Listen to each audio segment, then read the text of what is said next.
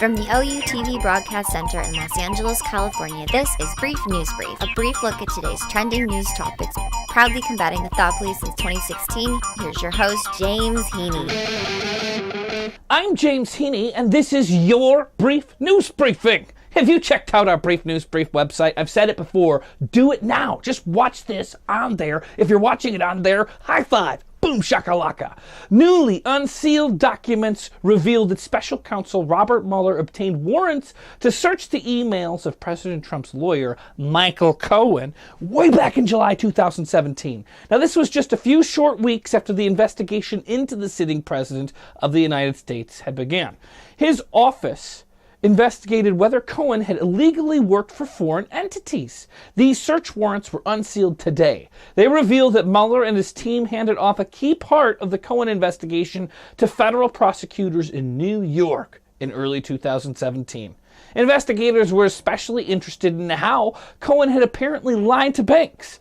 He engaged in an abundance of trickery, pocketing hundreds of thousands of dollars from companies, claiming that he couldn't pay back loans, and charging enormous sums of money while performing minimal kinds of work. Sounds like the American dream, but it's just the American scheme.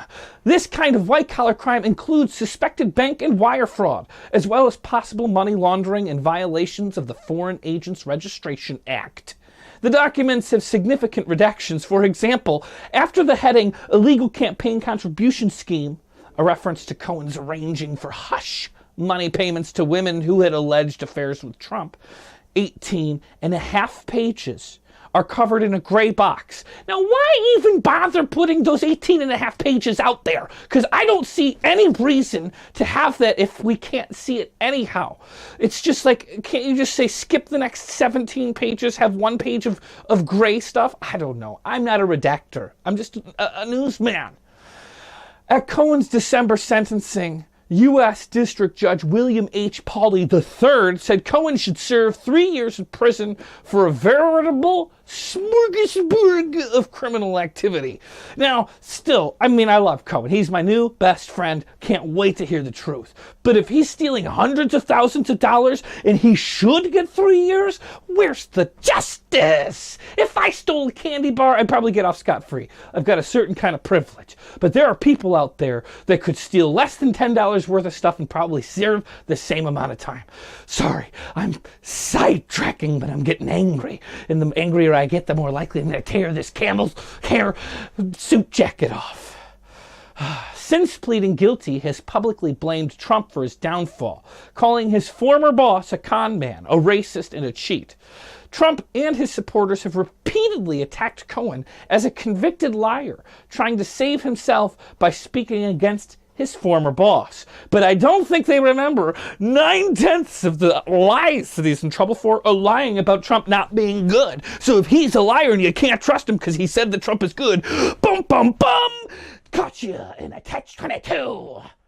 The Midwest is underwater. Historic flooding has killed at least 4 people, leveled bridges, and submerged huge swaths of the region with bone-chilling floodwaters. Nebraska, Iowa, Wisconsin, they've all declared states of emergency after the most powerful late winter storm in a decade unleashed torrents of rain that melted the snow that was on the ground. The surge overtook rivers and levees, driving thousands of people from their homes. Some regions are bracing for a major to historic and catastrophic flooding to come as rivers are vaulting towards their crests this week. It's fed by rapid snowmelt throughout the Missouri and Mississippi River basins. Nebraska Governor Pete Ricketts Monday said, "This is the most extensive damage our state has ever experienced." Niobrara, Nebraska Mayor Jody Stark, Niobrara, I think that's how you pronounce it. It's a place in Nebraska that has a mayor named Jody Stark. There, I said it. She says, "It looks like the end of the world is coming. A bomb cyclone. A hurricane-like winter storm battered the region with strong winds and heavy rainfall, which was intensified by the snow left on the ground that melted from the rain. When it looks like the end of the world is coming, it's because, in fact, it's on its way. Look at the weather around the world." These cleanup costs could be substantial. The water is chock full of stuff. It's a toxic brew of gas stations and farm shops and fuel barrels that were taken out by the storms. The worst might be over because most of the floodwaters are receding, even though there are some crests coming. But most of the major flooding is over. But it's going to be a long road of rebuilding ahead for many farmers and residents affected by these floods. A standoff is going on in Southern California. Now, yes, I know, this is a very local story. It's not a national story with national headlines, but it's making the headlines here on Brief News Brief, so it's got to be important, right? It is. Following the devastating wildfires that hit Southland in the past few years, like the Woolsey Fire in 2018 or the Thomas Fire in 2017, Southern California Edison is trying to take steps so that the utility doesn't burn down the whole California area.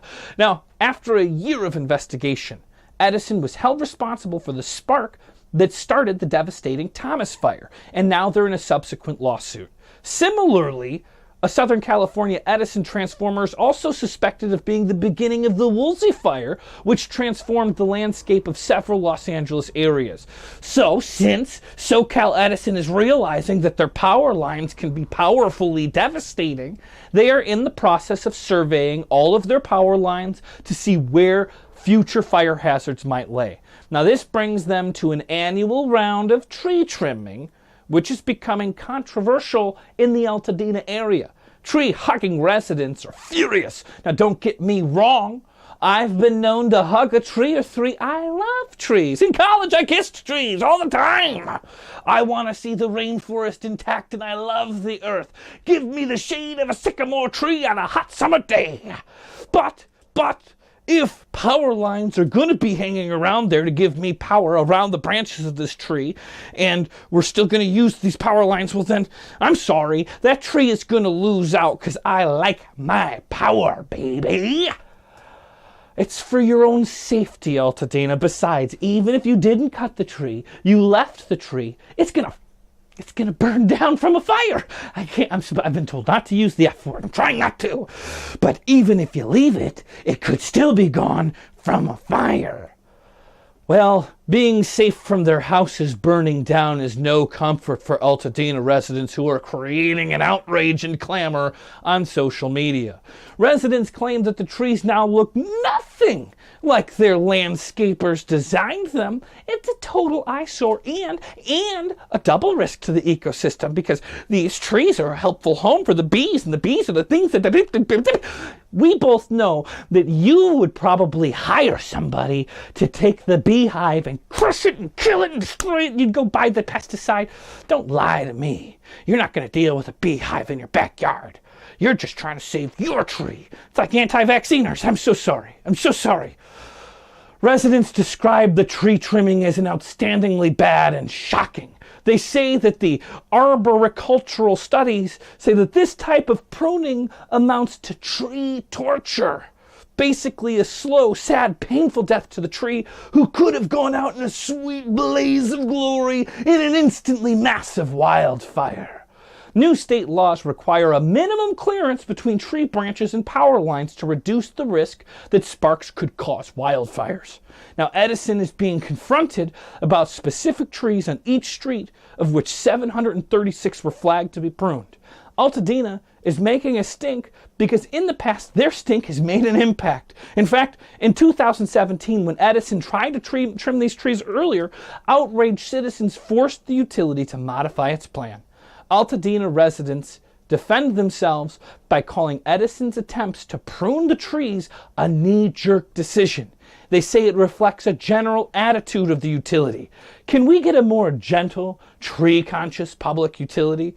Don't hold your breath.